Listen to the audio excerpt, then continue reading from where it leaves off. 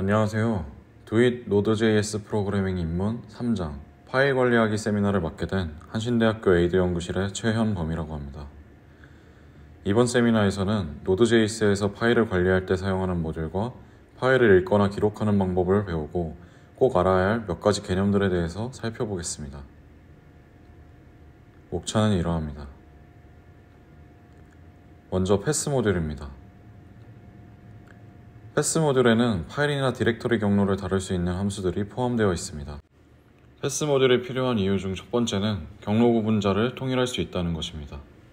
예를 들어 윈도우는 역슬래시를 사용하고 유닉스 기반 운영체제인 맥과 리눅스 등은 경로 구분자로 슬래시를 사용합니다. 하지만 패스 모듈을 사용해서 경로를 지정하면 구분자를 신경 쓰지 않아도 됩니다. 두 번째로 경로를 나누거나 합칠 수 있습니다. 파일에 접근하려면 파일의 이름뿐만 아니라 전체 경로를 알아야 합니다. 패스 모듈에는 이런 경로 정보를 활용할 수 있는 여러 함수가 포함되어 있습니다. 폴더 이름과 파일 이름을 지정해서 새로운 경로를 만들 수도 있고 가져온 경로를 분해해서 필요한 정보만 꺼낼 수 있습니다. 다음은 절대 경로와 상대 경로에 대해서 살펴보겠습니다. 파일을 다룰 때 절대 경로로 표현하는지 상대 경로로 표현하는지에 따라 차이가 있습니다. 먼저 절대 경로는 파일이나 폴더의 위치를 루트 폴더부터 시작해서 파일까지 전부 나타내는 것입니다. 즉, 아래 그림처럼 파일까지 한 덩어리로 보여주는 것입니다. 다음은 상대 경로입니다. 현재의 파일을 기준으로 파일의 위치를 알아냅니다. 즉, 하나의 파일을 기준으로 잡고 해당 파일과 같은 폴더에 있는지, 부모 폴더 혹은 하위 폴더에 있는지 표현하는 경로입니다. 같은 폴더에 있으면 점/로 표기하고 부모 폴더는 점/를 사용하며 하위 경로는 점 없이 슬래시만을 사용합니다. 이제 경로를 다루는 주요 함수들을 살펴보겠습니다. 먼저 조인 함수입니다. 조인 함수의 기본형은 이와 같습니다. 코드를 보면 첫 줄은 require 함수를 통해 패스 모듈을 가져옵니다. 여기서 const는 상수 선언을 위해 사용하는 키워드로 한번 초기화하면 이후 값을 변경할 수 없습니다. 다음은 패스 모듈의 조인 함수를 사용하는 부분입니다. 조인 함수에 sum, work, ex.txt와 같은 3개의 문자열 조각을 연결하여 하나의 경로로 만듭니다. 즉, 파일을 저장할 때 경로를 찾거나 새로운 경로를 만들 때 해당 함수를 활용합니다. 다음은 dir name 함수입니다. dir name은 경로에서 파일 이름을 제외한 경로만 추출합니다. 위 코드처럼 패스 모듈을 불러오고 현재 모듈이 있는 파일 이름을 뜻하는 글로벌 모듈 변수인 파일 name을 사용했습니다. 여기서 글로벌 모듈은 모듈을 가져올 필요 없이 바로 사용하는 것을 말합니다. 예를 들어 require 함수, 콘솔 객체 등이 있습니다. 파일 name과 반대로 현재 모듈이 있는 폴더 이름을 알고 싶으면 dir 변수를 사용하면 됩니다.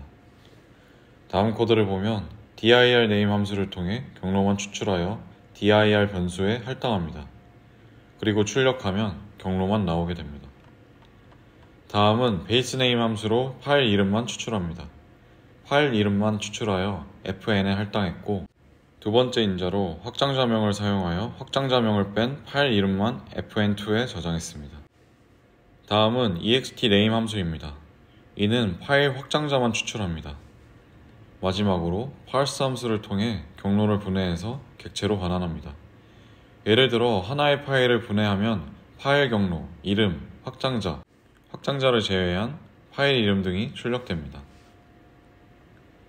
이제 fs 모듈을 살펴보겠습니다. fs 모듈은 노드에서 파일의 내용을 읽거나 기록하는 등 파일을 관리할 때 사용하는 모듈이며 파일 시스템 모듈의 줄임말입니다. 먼저 동기, 비동기 처리 방법을 정하고 비동기 처리 방법을 선택하면 프로미스 함수와 콜백 중 사용할 것을 미리 정해야 합니다. 그에 따라 fs 모듈에서 사용할 함수를 선택합니다. 이렇게 그림처럼 노드.js 홈페이지에 가면 동기 처리, 콜백 처리처럼 함수들이 나열되어 있는 것을 살펴볼 수 있습니다. 크기가 큰 파일을 동기 처리하면 파일을 읽거나 쓰는 동작 하나가 끝나야 다음 동작으로 처리하므로 이런 작업은 비동기로 처리하는 것이 좋습니다. 여기에서 동기와 비동기라는 두 가지 방법을 모두 살펴볼 것이고, 비동기 처리 방법은 콜백 함수를 사용할 것입니다. fs 모듈은 이처럼 가져온 다음에 이처럼 fs 모듈의 함수명을 적어 사용합니다. 현재 디렉터리를 읽는 동기 비동기 방식인 readdir sync 함수와 readdir 함수를 살펴보겠습니다. 파일 뒤에 싱크가 있으면 동기 처리 함수라고 보시면 됩니다. 먼저 readdir sync 함수는 동기 처리를 통해 디렉터리를 읽습니다. 여기서 let은 변수를 선언하는 키워드이며 readdir sync 함수의 인자를 점/로 설정하여 현재 디렉터리가 됩니다. 그리고 나머지 옵션은 따로 지정하지 않아서 기본값을 사용합니다.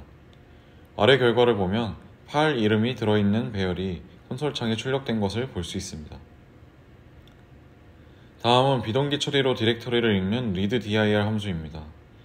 비동기 함수는 주로 콜백 함수와 함께 사용합니다.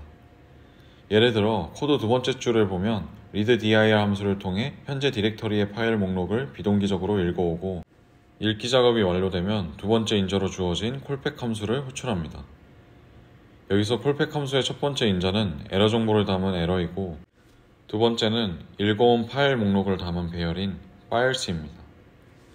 다음은 콜백 함수 내부에서 에러가 발생했는지 확인하고, 발생하면 에러 정보를 콘솔에 출력하도록 합니다. 에러가 없는 경우 files 배열을 콘솔에 출력합니다. 결과는 아래와 같습니다. 파일 관리하기입니다. fs 모듈을 관리하는 다양한 함수를 살펴보겠습니다. 먼저 파일 읽기를 위한 readFileSync와 readFile 함수입니다. 먼저 readFileSync는 동기 처리로 파일을 읽습니다. 실습을 위해 생성한 텍스트 파일을 넣고 출력하면 아래와 같습니다. 이는 인코딩하지 않은 예시로, 인코딩은 반환값을 어떤 형태로 가져올 것인지 지정하는 것입니다. 우측 코드의 예시에는 readFileSync 함수의 두 번째 인자로 UTF-8 인코딩을 지정하여 문자열 형태로 가져올 수 있게 됩니다. 그 결과는 아래와 같습니다. 다음은 비동기 처리로 파일을 읽는 readFile 함수입니다. 비동기 처리이므로 콜백 함수를 생성했고, 결과는 아래와 같이 나왔습니다. 다음은 파일의 기록하기입니다. WriteFileSync 함수는 동기 처리로 파일의 내용을 기록합니다. readFileSync를 통해 파일을 읽어오고, 이를 데이터 변수에 저장하고 WriteFileSync 함수에 입력하여 text1 텍스트 파일에 기록했습니다. 다만 같은 이름의 파일이 존재하면 덮어 씌워버리므로 기존 내용을 보존하기 위해서는 파일 존재 여부 체크가 필요합니다. 이를 위해 ExistSync 함수를 통해 파일 존재 여부를 체크합니다. 다음은 비동기 처리로 파일의 내용을 기록하는 WriteFile 함수입니다. 오류가 없으면 text2란 이름의 텍스트 파일에 저장합니다. 그리고 플래그 옵션입니다. 해당 옵션들을 사용하면 기존 파일의 내용을 유지하며 새로운 내용을 추가할 수 있습니다. 자주 사용하는 플래그 값은 우측 표와 같습니다. 플래그 옵션을 실습해보면 아래와 같습니다. 입력할 내용을 따옴표가 아닌 백틱 사이에 넣고 콘텐트 변수에 저장합니다. 그리고 WriteFileSync 함수의 플래그 옵션의 A를 사용합니다. A는 내용을 추가하기 위해 파일을 열고 파일이 없으면 만듭니다. 우측 그림을 보면 앞서 만든 text1 파일의 내용이 추가된 것을 확인할 수 있습니다. 다음은 플래그 옵션 없이 기존 파일의 내용을 추가하는 AppendFileSync와 AppendFile 함수입니다. 다만 문자열에서는 아래와 같은 escape 문자들을 사용해야 하며, 코드에서는 문자 \n을 사용하여 줄바꿈을 지정했습니다. 다음은 파일 삭제하기입니다. unlinkSync와 unlink 함수를 통해 파일을 삭제합니다. 그리고 ExistSync 함수를 통해 파일 존재 여부를 체크하고 삭제할 수 있습니다. 파일이 존재하는지 확인했을 때 존재하면 true, 아니면 false를 반환합니다. 그런데 논리 부정 연산자는 불리한 값을 반전시키므로 존재하지 않을 때 true가 됩니다. 여기서 논리 부정 연산자는 느낌표입니다. 그리고 파일을 직접 열고 닫으면서 읽거나 쓰는 기본 함수들입니다. 오픈은 파일을 열고 리드는 지정한 부분의 파일 내용을 한 번에 모두 읽어드립니다.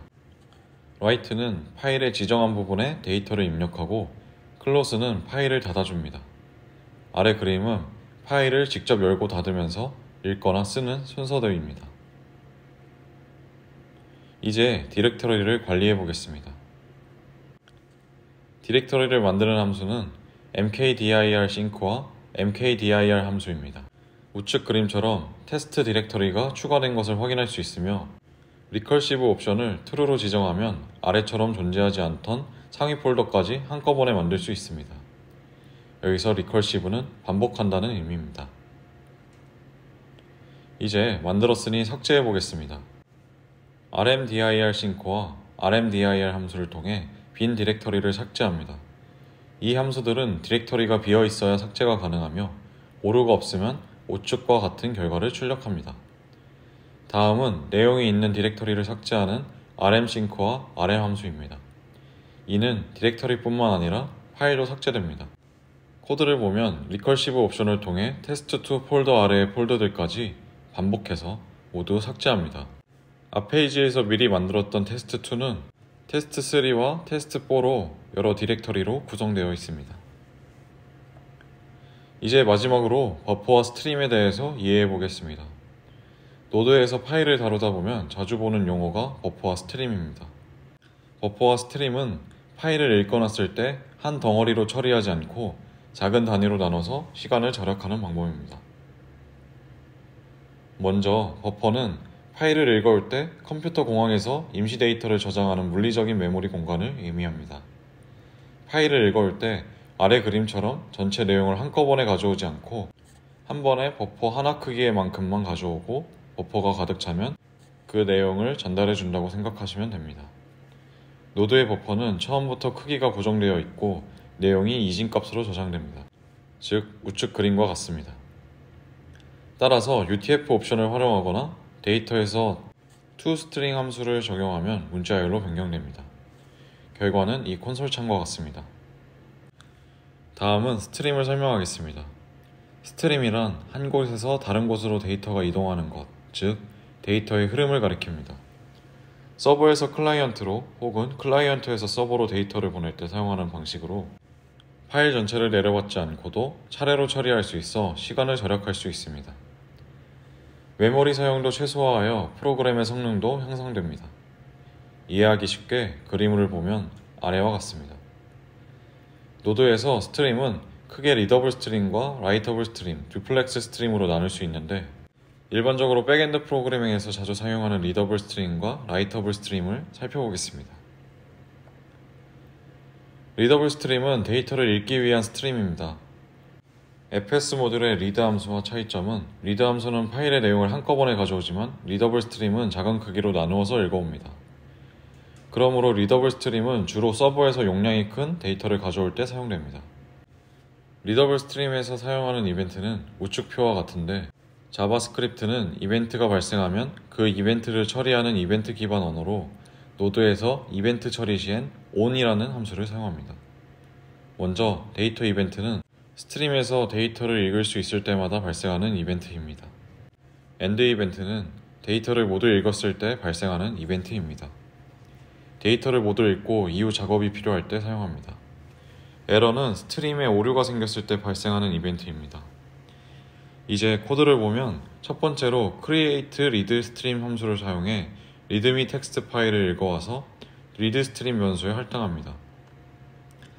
이제부터는 리드 스트림에 어떤 이벤트가 발생하느냐에 따라 알맞은 콜백 함수를 지정하면 됩니다. 두 번째로 스트림에서 데이터를 읽어올 때마다, 즉 데이터 이벤트가 발생할 때마다 버퍼 크기만큼씩 가져와서 터미널 창에 표시합니다. chun크라는 변수는 한 번에 읽어오는 데이터입니다. 세 번째로 스트림에서 데이터를 모두 읽어왔다면 end 이벤트가 발생했다면 파일 읽기가 끝났다고 화면에 표시합니다. 네 번째로 리더블 스트림에서 오류가 발생하면, 즉 에러 이벤트가 발생하면 오류 메시지를 터미널 창에 표시합니다. 위 코드를 실행해보면 메시지와 함께 버퍼가 가득 찰 때마다 new chunk received라는 버퍼 내용을 보여줍니다. 다음은 데이터를 기록하는 스트림인 라이터블 스트림입니다. 코드를 보면 리드 미 텍스트 파일을 청크 단위로 읽어와서 다시 청크 단위로 라이트 미 텍스트 파일에 기록합니다. 앞서 말했지만 청크란 버퍼 크기만큼씩 한 번에 읽거나 쓸 수 있는 데이터를 말합니다. 기존 파일에 기록하고 싶다면 플래그 A 옵션처럼 내용을 추가할 수 있도록 지정하면 됩니다.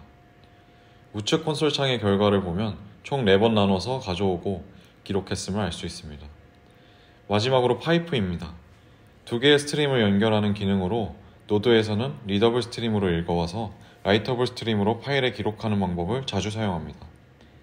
파이프를 사용하면 이벤트가 발생했을 때 따로 가져오고 기록하던 것을 한꺼번에 처리합니다. 따라서 이벤트 처리를 하지 않아도 되고 라이터블 스트림에서 라이트 함수를 사용해 기록하지 않아도 됩니다. 위 코드와 달리 해당 코드는 파이프 함수를 사용하여 간략화된 것을 볼 수 있습니다.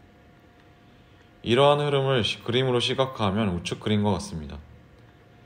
파이프 함수의 동작 방식을 나열해 보겠습니다. 먼저 리더블 스트림에서 데이터를 읽고 읽은 데이터를 라이터블 스트림으로 기록합니다. 라이터블 스트림에 다 기록할 때까지 리더블 스트림에서 읽고 쓰기를 계속 반복하고 리더블 스트림에서 더 이상 읽을 데이터가 없거나 라이터블 스트림에서 더 이상 쓸 데이터가 없으면 파이프 함수가 자동 종료됩니다. 준비한 내용은 여기까지로 이상으로 세미나를 마치겠습니다. 감사합니다.